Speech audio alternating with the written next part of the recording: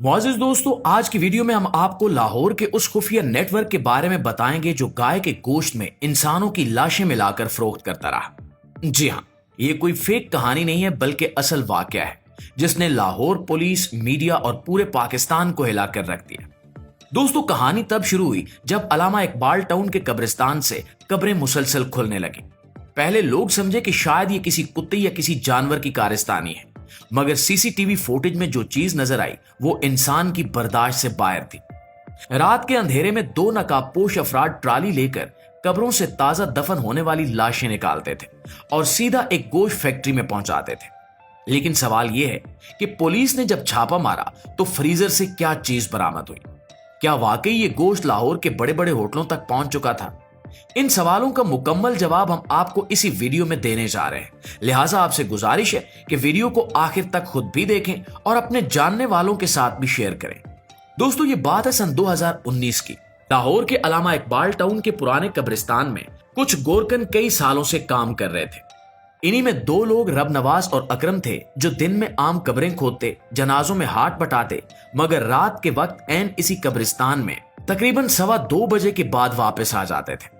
रात के उस सन्नाटे में जब पूरा इलाका अंधेरे में सो रहा होता, ये दोनों सिर्फ उन कब्रों के पास आते जिनमें लाश ताजा दफन हुई होती। ये कब्र दोबारा खोलकर लाश को कपड़े समेत निकालते, हाथों की बजाय सीधा फोल्डिंग ट्राली पर डालते और ये सारा काम 10 से 15 मिनट में मुकम्मल होता। कब्र दोबारा भरकर वो ट्राली सीधा कब्रिस्तान के पिछले गैर रस्मी रास्ते से बाहर ले जाते, जहां एक सफेद सुजुकी बुलान हर रात 2:25 पर इनका इंतजार कर रही होती। उस गाड़ी में एक 50 साल औरत बैठी होती थी जिसका नाम रुखसाना था, जिसका काम सिर्फ ये देखना था कि लाश ताजा हो। अक्सर वो आधा दरवाजा खोलकर बस ये एक जुमला कहती कि बहुत पुरानी तो नहीं है, 2 दिन वाली हो तो मेरे काम की नहीं। नाज़रीन ग्रामी, लाश की हर डिलीवरी पर 50,000 रुपए मौके पर दिए जाते। रुखसाना के साथ 2 और औरतें भी होती थी, ताहिरा और शाजिया, जो खास तौर पर सर और सीने वाले हिस्सों को खामोशी से चेक करती और लाश को फौरन प्लास्टिक शीट में लपेट देती। जब ये औरतें लाश हासिल कर लेती तो शाहदरा क्रॉस करके रेलवे ट्रैक के करीब वाक़े एक मुकम्मल बंद मगर बोसीदा मिल की तरफ चली जाती। ये मिल सन 2008 में बंद हुई थी। 2012 तक आधी गिर चुकी थी, मगर रुखसाना ने इसको अपनी प्रोसेसिंग फैक्ट्री में तब्दील कर दिया। मिल के अंदर दाखिल होते ही सबसे पहले छोटा सा एक वाश एरिया था। यहां खाली ड्रम, खून के धब्बों वाली फटी बाल्टियां पड़ी होती थी। इसके बाद एक लंबा तंग रास्ता था जहां दीवारों पर हाथ के निशानात और बदबू बहुत ज्यादा महसूस होती थी। लाश को पहले एक लोहे के बड़े टेबल पर रखा जाता। वहां सिर्फ 3 औरतें काम करती थी, रुखसाना, शाजिया और ताहिरा। मर्दों को अंदर आने की इजाजत नहीं थी। रुखसाना हमेशा सर्जिकल ब्लेड पकड़े होती थी और इसका पहला जुमला होता था कि पहले रान अलग करो और जल्दी करो, 2 बजे तक भेजना है। लाश का सिर्फ वो हिस्सा निकाला जाता जो गोश्त की शक्ल में पहचाना ना जा सके, जबकि हड्डियां, चेहरा, हाथ सब अलग करके दूसरी बोरी में डाल दिए जाते। असल प्रोसेसिंग सिर्फ टांगों और कमर के हिस्से पर होती थी। फिर ये टुकड़े एक पुराने ग्राइंडर में डाले जाते, जहां सिर्फ 30 सेकंड में वो आम कीमा बनकर बाहर निकल आता। सबसे खौफनाक बात यह थी कि इस कीमे में कोई खास बू या रंग बाकी नहीं रहते थे, क्योंकि इसमें भैंस के गोश्त के साथ थोड़ी सी मुर्गी की चर्बी मिलाकर ट्रीट किया जाता था। इस मिल के अंदर एक अलग रूम पैकेजिंग रूम कहलाता था। वहां सिर्फ शाजिया जाती थी और वहां थिक ब्लैक पॉलीथीन बैग्स लटके होते जिन पर कोई लेबल या शनाख्त नहीं होती थी। हर बैग का औसत वजन 7 से 10 किलो होता और रोजाना सिर्फ 3 से 4 बैग ही निकाले जाते ताकि कोई मशकूक सप्लाई पैटर्न सामने ना आ सके। ये बैग सीधे लाहौर के फूड रूट्स और लो बजट वेडिंग कैटरिंग वालों को भेजे जाते थे। इनमें से कुछ ना सिर्फ कोफ्तों, कबाबों और मसाले कीमे के तौर पर इस्तेमाल होते, बल्कि 2 जगहों पर निहारी बेस के तौर पर भी बेचे जाते थे। ये पूरी कार्रवाई मुसलसल 8 महीने तक चलती रही और किसी को 1% भी शक नहीं हुआ।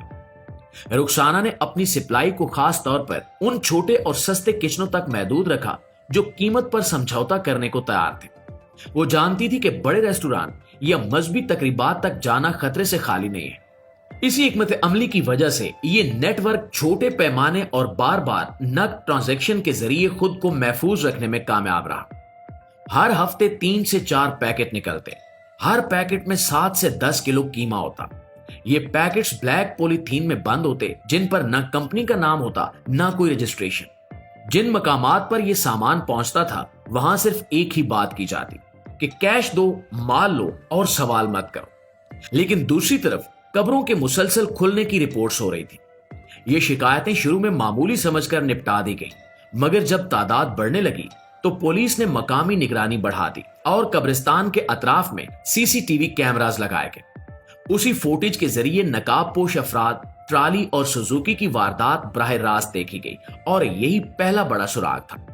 दूसरा सुराग दुकानदारों की शिकायत से मिला कि बाज जगहों पर गोश्त का मयार अचानक खराब हो रहा है, लोग बीमार हो रहे हैं या गोश्त में से गैर मामूली बू आती है।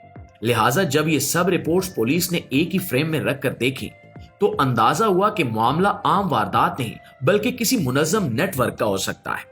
इसी वजह से इस केस की जिम्मेदारी बाकायदा तौर पर इंस्पेक्टर हमाद को सौंपी गई, जो लाहौर में फूड क्राइम और गैर कानूनी सप्लाई चेन्स पकड़ने के लिए सबसे ज्यादा मशहूर था।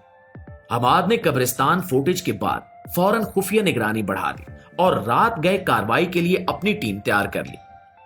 उसी रात जब रब नवाज और अकरम दोबारा कब्र खोदने आए तो पुलिस ने उन्हें मौके पर ही पकड़ लिया। इब्तिदाई तफ्तीश में दोनों ने शुरू में इनकार किया, मगर जब हमाद ने उन्हें सीसीटीवी फुटेज और वहां से मिलने वाले शवाहिद दिखाए तो दोनों ने अपना जुर्म कबूल कर लिया। उन्होंने वाज़े बताया कि वो कैसे ताजा दफनशुदा लाशें निकालते, उन्हें ट्राली पर रखते और पिछले रास्ते से सुजुकी तक पहुंचा देते। महदूद तौर पर पुलिस के कंट्रोल में रखा गया ताकि वो वही तरीके कार दोहराएं और इससे रुखसाना और इसके साथियों को पकड़ा जा सके।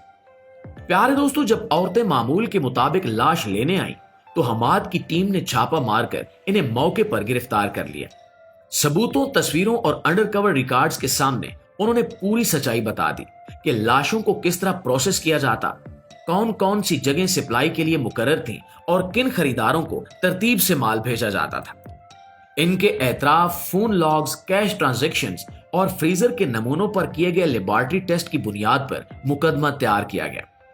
अदालत में पेश किए जाने वाले शवाहिद ने केस मजबूत बनाया। गिरफ्तार अफराद को कानूनी कार्रवाई के बाद मुख्तलिफ दफात के तहत सजा सुनाई गई।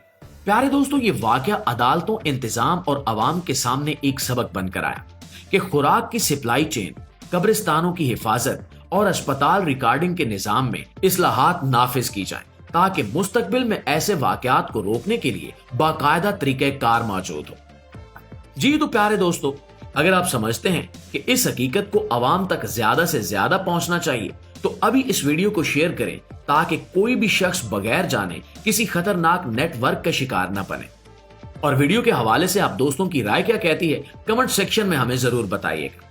इंशाल्लाह आपकी खिदमत में हाजिर होते हैं एक नई वीडियो के साथ। तब तक अपना, आसपास के लोगों का, अपने प्यारों का ढेर सारा ख्याल रखिएगा।